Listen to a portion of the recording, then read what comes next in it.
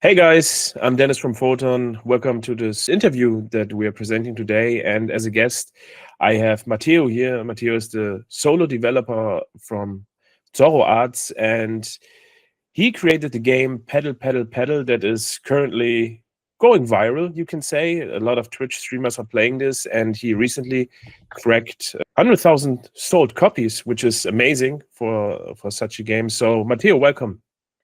Hello, thank you for having me here. I'm happy to talk about game development, Photon, and my game Pedal Pedal Pedal.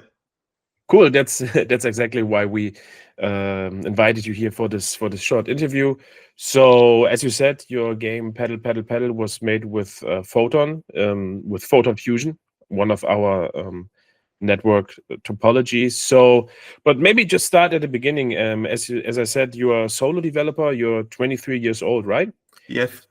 So, and I think from what I read on your LinkedIn, you said you had the idea around March, and then I think in June you started with the game, and now last month you cracked like 100,000 sold copies. How did the idea for Pedal Pedal first came to you? It was a really crazy development because the idea came to my mind when I took a shower in March. So it was a really spontaneous and random idea. But I really wanted to get the chain together aspect of cooperation and raging at each other into a pedalboat game. So it was basically because I was on a pedalboat trip with my brother. So we went in a pedalboat, and as you may know, pedalboat driving is really hard because you have to coordinate and pedal and talk to each other. And if you don't work great together, then you are going into the wrong direction. And we had a really bad time. We didn't really get to the finish point where we wanted to go, and it was really a bonding experience from friends, I think, because pedaling is a really cool thing, and I really like this mechanic. And there are not many video games which feature pedaling, so I wanted to make my own pedal game and thought, why not just make a pedal rage game out of it? Because back then I played Chain Together and Only Up with friends of mine, and it is a really cool experience to rage and rage quit and hate each other after playing. So I thought, why not just combine both aspects? So I made this game in I think 4 months, because I started in beginning to mid of March. I think the 5th of March was the starting point. And then it took around 2 weeks to make the demo of the game, which went viral already in German streamer areas, because streamers like Frank Royal, Pete's Meat, Paar Platte, and Basti GHG played the game, and it went really big in the Twitch atmosphere there.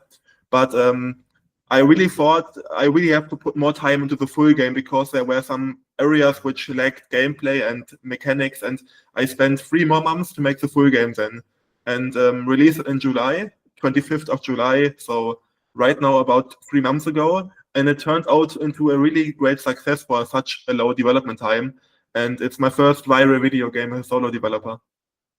That's nice. Sounds super amazing, and there's also a lot of to unpack in what you said. Like, first of course, we all know that the best ideas come when you're under the shower. Like, that's where you reflect on life and come up with all the crazy ideas that you want to achieve in life. It's funny, and I also like it that the game was based on a real life experience, that you really just sat in a pedal boat, and you came up with this idea. Was this also like was it clear from the start for you that it had to be a multiplayer game? Not really, but relatively soon, because I started out as just an only up game, so only one player, and it should be a hard game about pedaling. But then I think because on the same day where I got the idea, I made a prototype of the game mechanic in, I think, 2 or 3 hours. I made a post on Twitter, and this Twitter post already got a lot of likes. I think about 1,200 and 100,000 views on the post. So it turned out into a viral post from my personal experience, because back then my post did not even have 100 likes on the post. Yeah. So having like a post with thousands of likes is really big for me back then. And it was the first sign of success for the game. So I really wanted to make a full game out of it. But then I think one comment said, why not make 2 players pedal? So I think they even gave me the multiplayer idea then, because I love to share my games as early as possible, that people can give me their input and their ideas to make the games even better. And I thought, why not just make the multiplayer aspect then? And it got into the game, I think, a day later, and then the game turned into a multiplayer game. Amazing. And was like the prototype, was it already very close to the final project in terms of design, or was it like much different? It was just a few cubes in Unity, so it was really rough around the edges. It was not really polished. It was just, I think, one blue plate for the water, because I love to make really simple shapes in my prototypes and keep it simple and gameplay focused.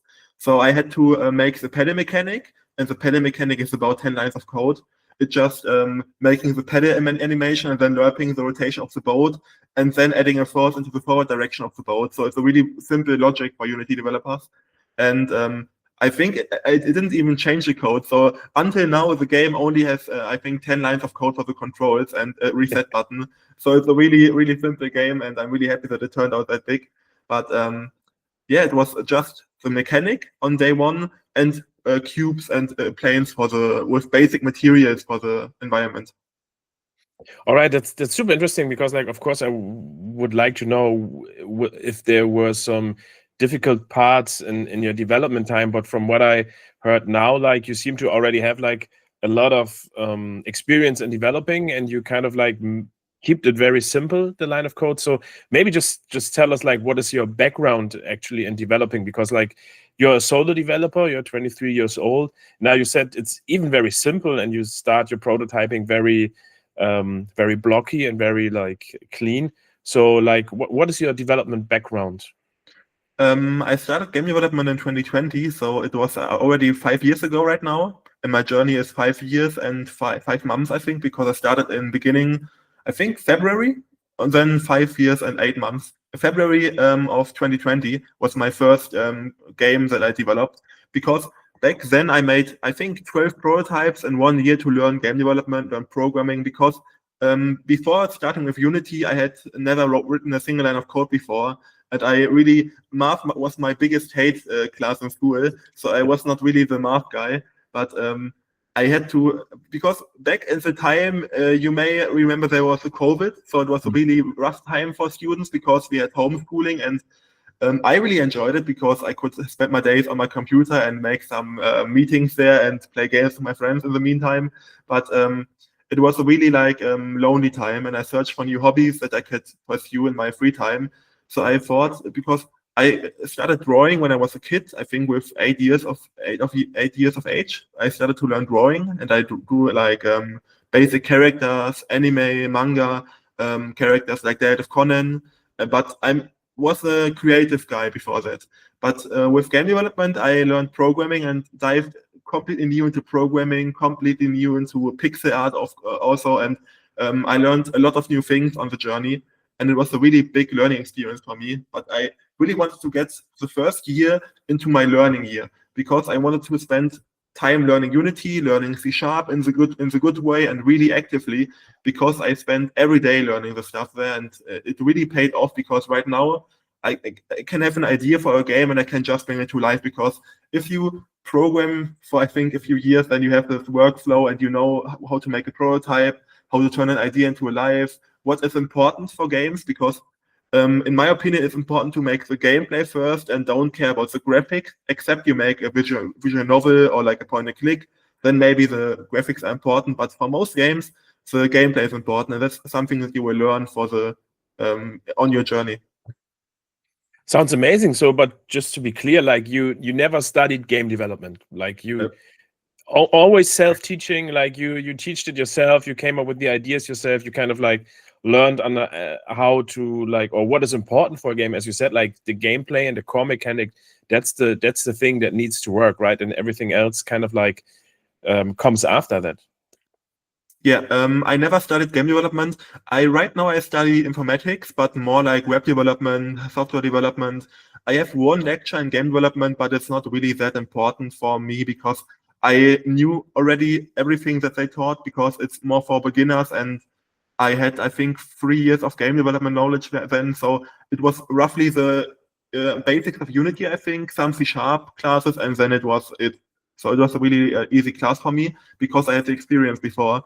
But I never really studied anything in the game development area. I had no courses and nothing really except YouTube videos. So I learned with YouTube videos from Breckies, from Thomas Brush, from Jonas Tyroller, who also makes really good videos for motivation, I think. And I only study with YouTube videos and make games because I think you have to make games to learn to make games. Because I would not advise anyone to just make like get a course or get like a lecture, study this area. I would say just make small games and get better with every game, because your first game will not be good. It's something that a lot of game developers say, but you have to start slow and start in a steady way. You just have to never give up, keep up the grind, I think, and just make games to get better at making games. Cool. And how many games did you make before Paddle? Like, yeah, like how many?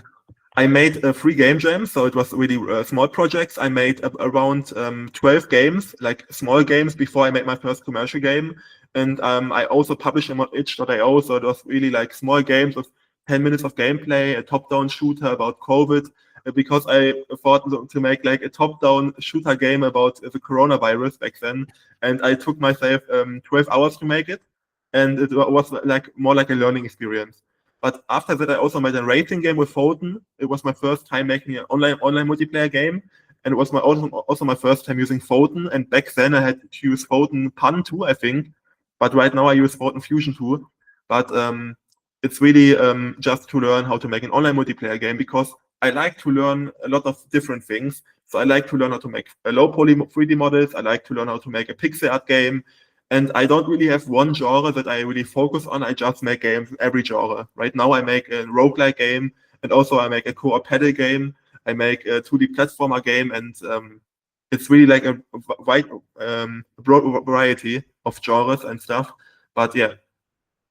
Awesome. I totally like the way you think, and that you don't wait for people to teach you, or like that you're looking for handouts, but that you really already kind of like grasp the idea of like, if you want to get better at something, just do it, and you learn by doing.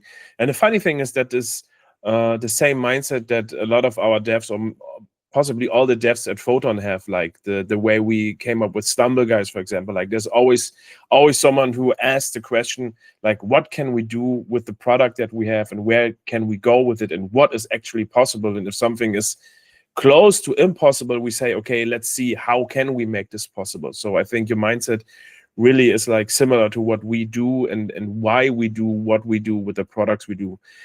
You mentioned Photon Fusion too by yourself, so that would be super interesting. Like, how did Photon Fusion really like fit into your development process?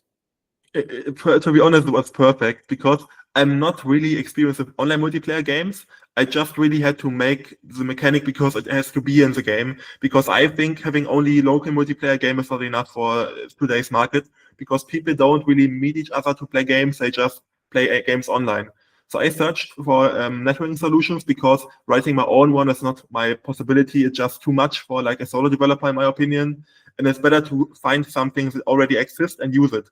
So I then back then started to research for networking solutions, found Photon, because in my past I already used Photon Pun, and I thought, why not just using Photon Pun again? But then I found out that it's better to use Photon Fusion, because I think Photon Pun is not active anymore, right? Or not really to use anymore. Well, you can use it, and a lot of games like used it before. Like, for example, Repo is made with Photon Pun. But of course, we encourage like studios and teams to always go with the latest version, because it has more stuff in it that works, and it's easier, and it's more refined. But of course, if it works for you, then it's totally fine. But yeah. I think I read a note from you that using Photon Fusion is better for the case, because I think you said something like that on the website. So I then got to use Photon Fusion too. I think I found some tutorials on the web, and also read through your API and stuff. But it really helped me, and it was really like an intuitive process to get it work. And I think it only took me 2 days to make the game from local multiplayer to online multiplayer. But things like client-side prediction are still really big for me, and really like difficult for me. And I'm trying to build the game into a client-side prediction model right now, because having like this delay right now for some players with bad connection is really killing the experience. So I'm trying to predict their movements and try to build client-side prediction to make the game feel better for them. but I'm still working on it, and I think it should be done in the next days, because I think I found some good resources right now, some good videos, some good messages on your Discord server. So I really have a good time learning it, to be honest. Yeah, and it was a really easy experience for me. I really like a good workflow, not too complicated, but it's definitely difficult for people like me who are not really familiar with online multiplayer in the theoretical way, you know. And yeah, but it's still amazing how good you kind of like progressed without the before knowledge, and like also like how happy you are that how it works and everything. That's, I mean, that's, for us it's always good to hear, and we love it that see that the people who use the product that we created for exactly this this goal to make multiplayer simple, that you say, okay, I just went in, I tried by myself, and within a few days I went from single player to multiplayer. Was there like aha moment, as we say in Germany, like a surprise moment where you were like coding saying, oh yeah, it makes total sense to do this? I think only when I read one Discord post, like one Discord message from a developer. I think it was one of your team. I don't know his name anymore, but I think it has this Photonian tag as like a developer from Photon, right? Yeah. And I got a message. I don't know which context anymore, but this message really helped me, and I fixed a problem that I had to work on a week back then, and I fixed it with his help. So it was a really big aha moment for me. But the rest of it was really like because I read a lot of like of the doc of Photon, also read through a lot of the posts on the discussion forum in your Discord server. So it really helped me to read through the problems that other people have and learn from them for myself, for my problems. So that's my like a really good experience, but nothing really big for me where I was like it is life-changing experience, but more like, oh, finally I fixed this problem with your help. And yeah. Awesome. Just a quick shameless plug from myself. Like if anybody who's watching now wants to join our Discord server, you have to go to our website, www.photonengine.com, create a Photon account, which is totally free, no obligations, and then you can join our Discord. And as Mateo said, there are like a lot of people doing multiplayer games. You can ask them for help. There are a lot of channels. Our devs are constantly there helping out with questions. So if this is something that you're now interested in, please join. It's totally free, and it's a really good community.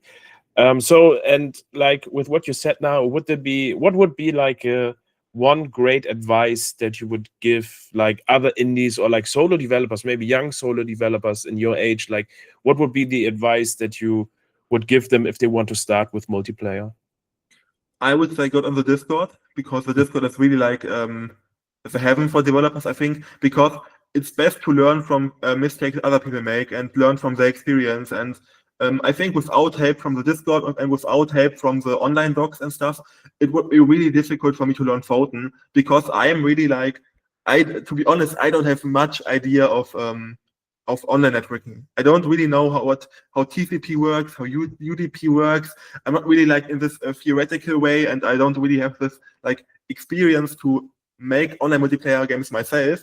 But this but Photon really took this difficult thing and provided me the things that I can use for my game. So I think it's perfect for me. But I would say use Photon because it's a really good community. And I'm not paid for that right now. I can say that. Yeah, I'm always like, I feel like I'm blushing. It feels so good to just hear you saying this, of course. Like, but yeah, please keep going.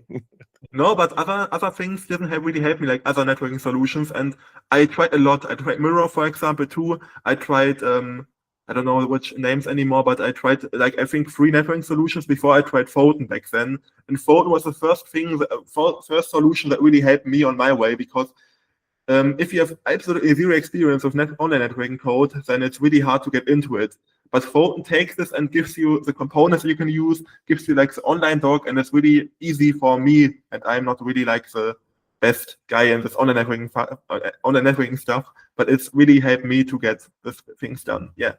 So I would say also connect with developers on the Discord server, because it's really important to build up connections there and to know each other, and maybe also to share and retweet other people's games on Twitter, for example, because in the end we are just a family of developers, I think. So it's more like we are all in the same boat. So why not just support each other and help each other out. Yeah.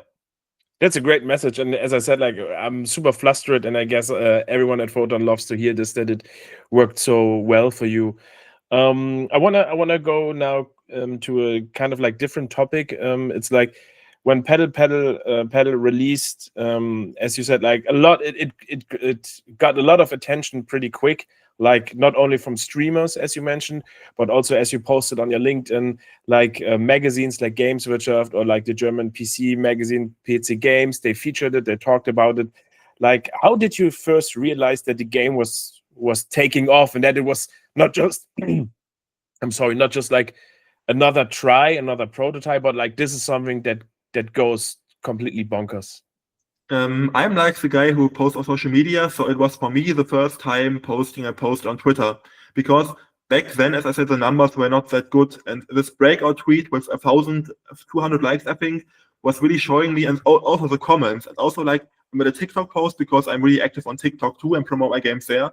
But this TikTok, I think, got 250,000 views right now, so it really took off on TikTok. And reading through the comments and people predicting that this will be the next big streamer game really motivated me. I also made some videos on YouTube about the development, and I also got big views there. I think my one of my videos almost about to reach 10,000 views on YouTube, which is really big for me, because I'm really just posting my stuff there and not really caring about views, but having a video that I made, and I think because I like to make my videos uncut there and not just talk to the camera and share my experience and not really cut, and because I think it's not worth it right now for me to spend hours of time or days of time to cut my videos because I want to make games, but having this videos on social media posts to perform that well, and also having Punk Royale, because Punk Royale is a big streamer in Germany, and I tried to reach out to him to play Maki's Adventure, my first game, but it wasn't really his type of game. So he, I think he said, no, thank you, but maybe the next game then. And then I tagged him under my Pedal prototype post, and he played the demo on, I think, day 2 of the demo or day 1. So it was really like his big time of finally played my game. Also with Paraplatte and Basti GHG, it's also in Sabek Schradin. So having the demo go that viral is really a big sign for me. I think the demo has about 90,000 downloads right now, 80,000, but we had to take it down because it also because the free demo is really bad for Photon, because I think offering something for free and paying for servers is really not that best way for indie developers, and I like to have the servers that I pay from Photon to have for the full game, because that way I can use the money that I make from Steam to pay the server cost and also pay my personal bills and stuff. But I think it's really risky to make a free game with servers, because free games perform way better than paid games, and you have way more players. And the demo had 1,000 concurrent players right now, but making not zero of money, you know. So it was just me paying for the servers, but just getting downloads and no money for that. So for a student like me, it's not really profitable to do that, but maybe for big studios, of course, who have money for that. But Photon offers a free course with, I think, 100 CCUs right now, and it's really for indies, it's really good. But I think if you have like a viral demo, it can be really full the servers really fast. Because for a free game, I think 100 CCUs are not that much, but for like a commercial game which pays 100 CCUs is really high. Like right now, I don't even reach 100 CCUs right now.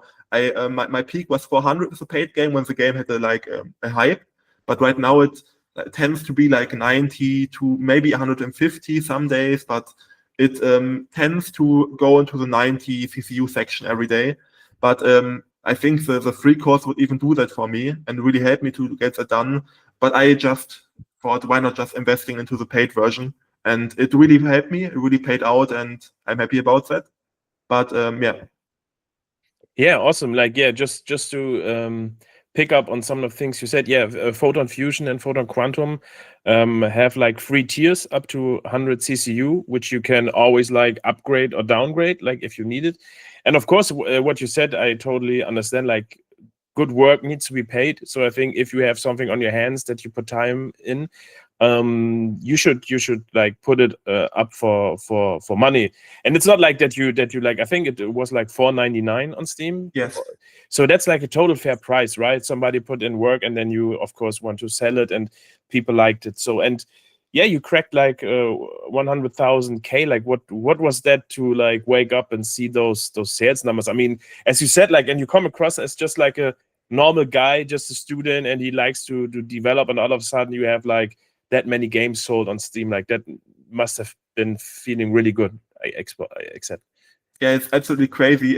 But it wasn't really like an overnight success. It was more like was a steady like linear curve into the sky. And it started on, I think, day one. We had 4,000 units sold, so it was really really big for me because Mackie's Adventure sold 10,000 units in lifetime. So I sold half of Mackie's Adventure sales on lifetime in only one day.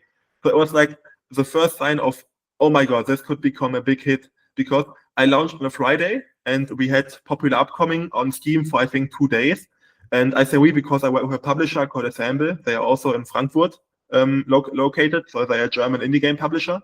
And they helped me with marketing and PR. Of course, I make the game, but they also offered things like a new capsule art for Steam. They also got the Steam page look good, because my Steam page didn't really look good. I had like a screenshot of my Steam of the game on the Steam capsule, and they even like paid an illustrator to make a really good capsule for the game, and helped also to get localization into the game. And Pete Pete is available in 15 languages right now, so in German, English, all the Asian languages. So we really have to focus on the Asian market, because rage games tend to perform really good there. And I think 70% of the units sold are from Asia, so it's really a big amount of money that we make from Asia. So we also want to put the effort and time to support the Asian region.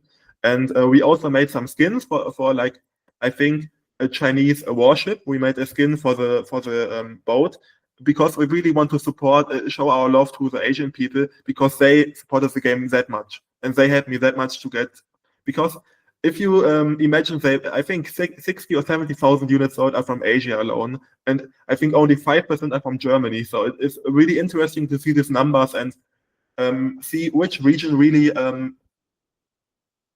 has the biggest amount of players. Because I think maybe they love rage games, maybe they love to like scream at each other and stuff like that. But it was a really like cool and interesting data for me to analyze. But yeah, it was a really cool time. And then I think after, I can just drop the numbers here. So day one was 4,500 units sold. I think week one was 14,800 already. So it was a really big success for my first week. And then week two, it was already at 30,000. So it was, like I said, it was not really like this big spike on launch day. It was more like it was growing and growing, because more and more YouTubers made videos, more and more people streamed it. Even Michael Bulli-Herbig and Henno streamed the game on Twitch, which was a really big surprise for me, because he's like the most famous filmmaker in Germany. So he was a really big person here, and played my silly little boat game. So it was a really fun time to make the game. And for me, because my previous game, Mackie's Adventure, didn't really went viral. It was okay for a first game, but nothing big. And having a game go that viral and see my favorite streamers play the game is really, it really motivates you, and it really helps you to stick to the grind and just make new content. Because right now I'm working on a new map, I'm working on a new game mode where you can race at each other, like a PvP mode. And I'm also working on level editor for some future times, but not right now, because the level editor really takes a lot of time to make and a lot of testing, and it's a really huge feature for a game like that. But with a level editor, I think the game could become something like Happy Wheels or Geometry Dash, where people still play the game after 10 years of lifetime, because they can play an endless amount of levels made by the community.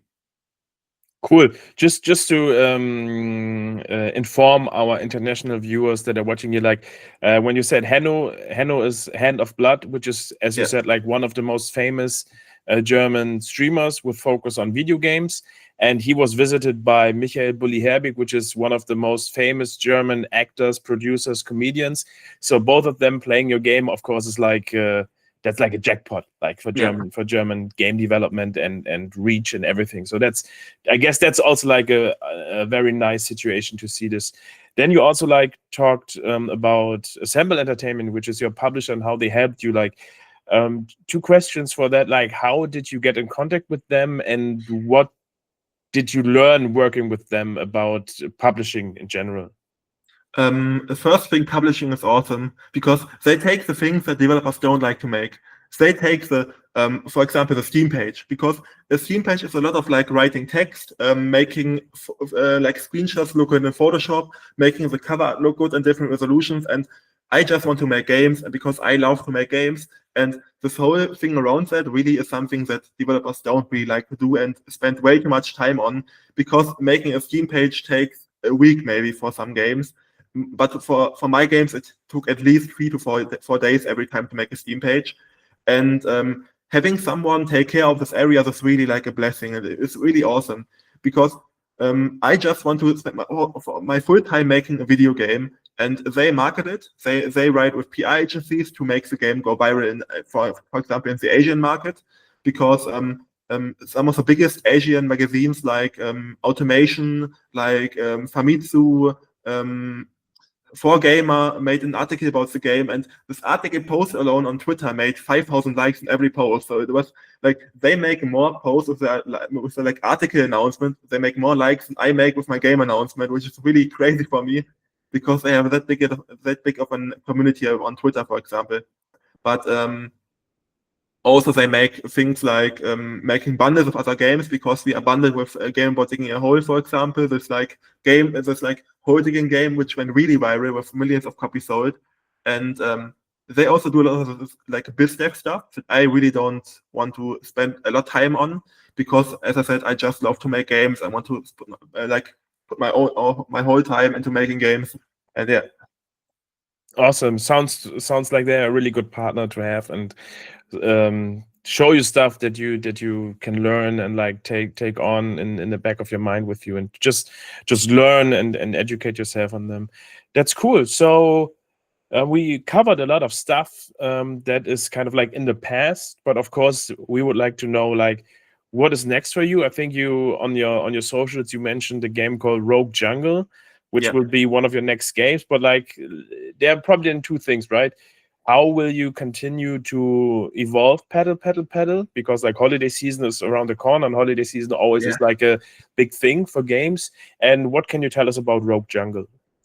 Okay, so about Paddle, I plan to drop new content every few months or every few weeks, because content takes a lot of time, and I don't really make games full time right now because I have to finish my university.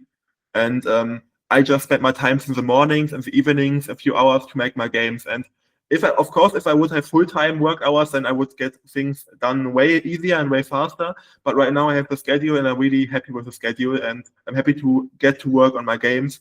But there's content planned like the new game mode, and the new map, which will be out in this year. So I think the new map will be out in November, and the new game mode will be out in December, if I remember correctly. The really dates are not really public yet because they are announced soon, but I can say 2 updates will be out this year still.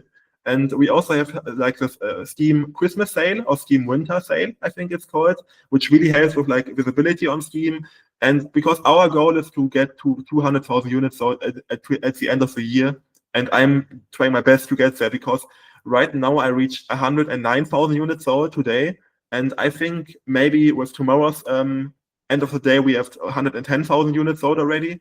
But with this like current momentum of I think 600 to 700 units sold on a normal day, and I think 1.5 to 2,000 are normally sold on a like sale day, I think 200,000 units sold can be really realistic for the game still, because we have plenty of time left. We have almost 2 months left for the game, more than 2 months even.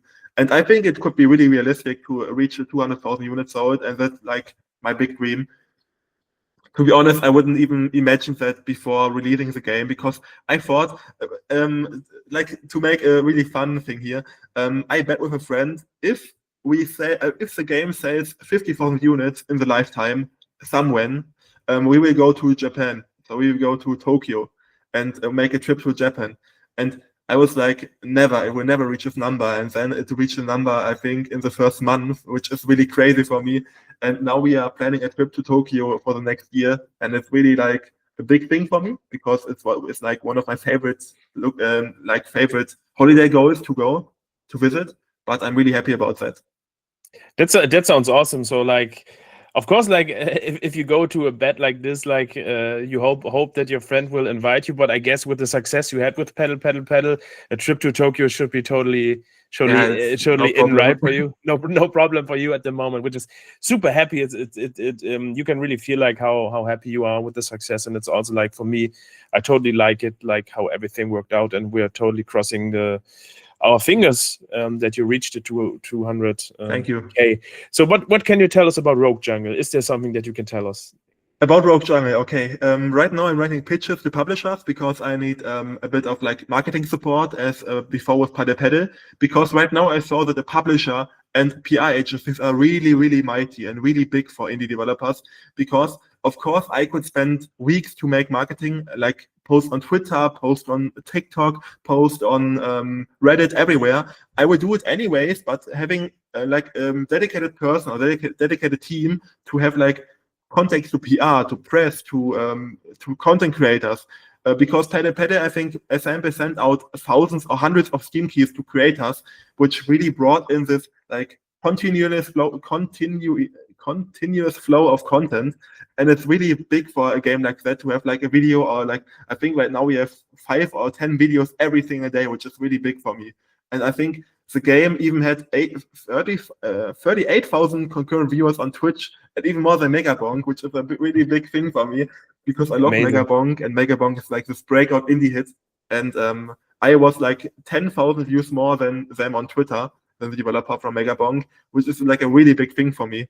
And I even made a Twitter post about that and inviting him to a spaghetti party because he loves spaghetti, and I was like, yeah, let's have a spaghetti party. Awesome. But yeah, it's amazing. And can you tell us a bit more about what Rogue Jungle is, like more yeah, about the game? I'm talking too much. Sorry no, it's totally fine. But Rogue Jungle is about it's like a dungeon crawler, and so it's set in a procedurally generated jungle dungeon, but it combines this jungle dungeon crawling from Hades. If you know Hades, it's like this top-down, really beautiful dungeon crawler roguelike. And you get to decide with the door you enter, you get to decide the rewards that you will get.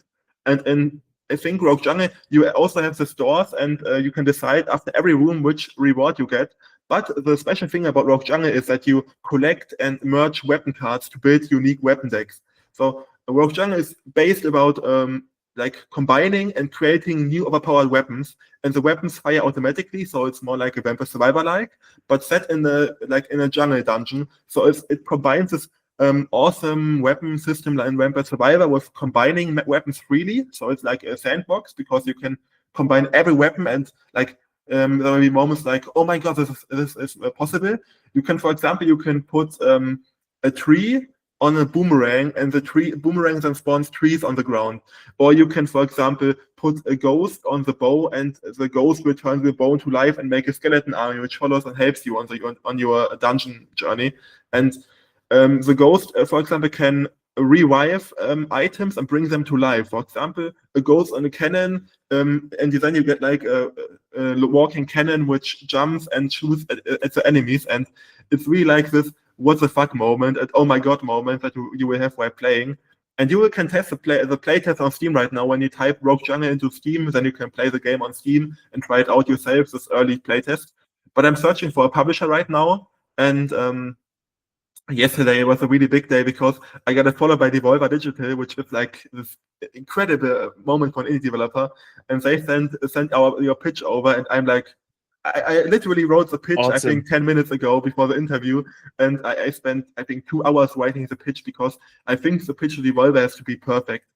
And if everything goes all right, then I think it can be life-changing to make a game with Devolver, because in the one side, it's a dream of mine to make a game with them, because they add like personality and life to the games, and not just market and make a Twitter post. They like give the game a bit of life, I think, and personality, because I love their way of marketing. And I also have plans for Rogue Jungle, which are really special for an indie game, with merchandise, for example, which is like really cool in my opinion.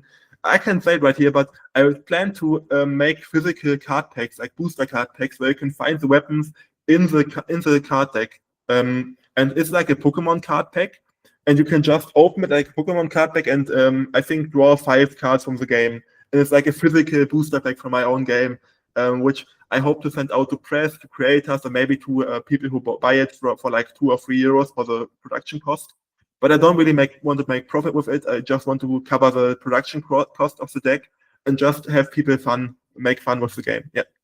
Awesome. Sounds amazing. I really love the way you think about game development and marketing. And Thank I you. also like Devolver a lot. So everything that they did. And it's funny that you said it because I read your tweet this morning that you did where you said like, oh, it's one of your lifetime dreams that Devolver would publish one of your games.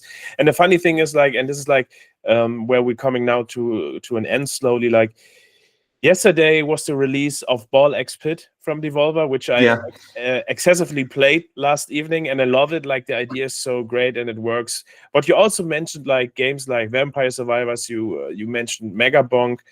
I think what's super interesting is that like, of course, we're living in kind of like difficult times in the video game economy, and a lot of studios, big studios, struggle. But at the same time, you see like young solo developers, small teams, like having these breakout hits, like going viral hits that are just like making millions of money, like dollars and euros, and reaching so many people with kind of like simple gameplay that just like gives you this kind of like happiness and excitement to play. So just maybe a few quick thoughts from yourself. Like, is this something that you kind of like have in the back of your mind, and when you have like a game like this where you said, oh, I'm just like a guy, I'm just doing video game development, and all of a sudden, yeah, this game goes viral, and then I am in talks all of a sudden with Devolver and they want to see my pitch. Like, what does this like kind of like do with you, and how do you process this? I think it's just I think indie developers are the future, because I think making an indie game is more like making a game that you want to play, because we indies, we make games that we love, because I make games that I think are not really out on Steam and I miss on Steam. So I make games that I also want to play. But big companies more focus on the money aspect and focus on getting the return of invest. When they pay 40 million for marketing, then the game has to be really like talking to a wide audience. And I'm like really focused in one audience, for example. When I make a roguelike game, I really want to focus on the players who love Vampire Survivor, for example, and add my own twist onto it and make my own thing out of the game. But not copying it, but like learning from the good things from the game and improving them for my own game and making them different for me. And I think indie developers have the spirit of making games that they miss and love, and the big companies like AAA companies more have the focus on money and getting like money in, and they don't really care about games. I think most big companies, because I think maybe it's just my fault, but I think maybe the biggest companies, the CEOs don't even play games for the most time, and they see more like a business guy. But I'm like more like a gamer, and I just really want to make a game that I want to play. And I think there's a difference from indie developers to AAA companies. And also, of course, we have different ways of marketing, because big companies have budget for millions of dollars of marketing. I don't have like I don't have millions of dollars for marketing. I just make a YouTube video talking about games that I love. I make a post on Twitter.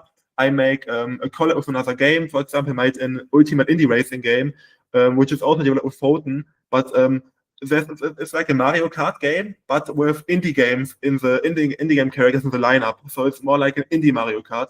And I even had like a collab with Aggro Crab, who made another Crab's Treasure and Peak. And Awesome. they even offered me Krill, and I built Krill into the game. And it's like building this connection with other indie developers is like something that big companies don't have, because we are more like in the same boat. We all just want to make fun games, and it's really something I love about the indie atmosphere, because you don't really get ghosted, like insulted. You just get maybe not, but maybe for the next game. And big companies tend to ignore me when I write them a pitch, for example, write them like an email. But I think this personal side of indie developers is really golden. It's really awesome, and I'm trying to get my like. When someone reaches out, I try to answer as fast as possible. I try to answer at least, because having no answer is really like a bad feeling for me. And I try to be really like a personal developer and really like caring about other game developers too, and making cool collabs, helping them, retweeting their stuff, and supporting them, because that's the indie way. Awesome. Like super nice closing words. I think like it's Thank you. really nice to see that you instantly know like to give back what you receive from the indie community, that you totally have this mindset in sharing and partnering up with like-minded people. And that's something that we at Photon definitely want to help, and what the same way we think, like making it easy and simple for everyone to start with multiplayer, giving them the tools and refining the tools for them, getting feedback from the community, and just doing what we love and what we think is fun for game development. Cool, Mateo. I think we talked a lot about stuff with Pedal, and thank you for taking the time. So, and of course, we will stay in contact with you, and we're crossing our fingers for the 200K. And of course, if you need anything from us, you know how to reach us, and we will see you on the Discord. For everybody watching, thanks for your time. If you like this video, give it a thumbs up, subscribe to the channel. From now on, we try to maybe make more of these interviews if you like. So if you like it, let us know in the comments. Let us know what you think about Pedal. Download the game on Steam, buy it, support Mateo, support the indie scene. And thanks for your time. See you the next time. Bye. Bye.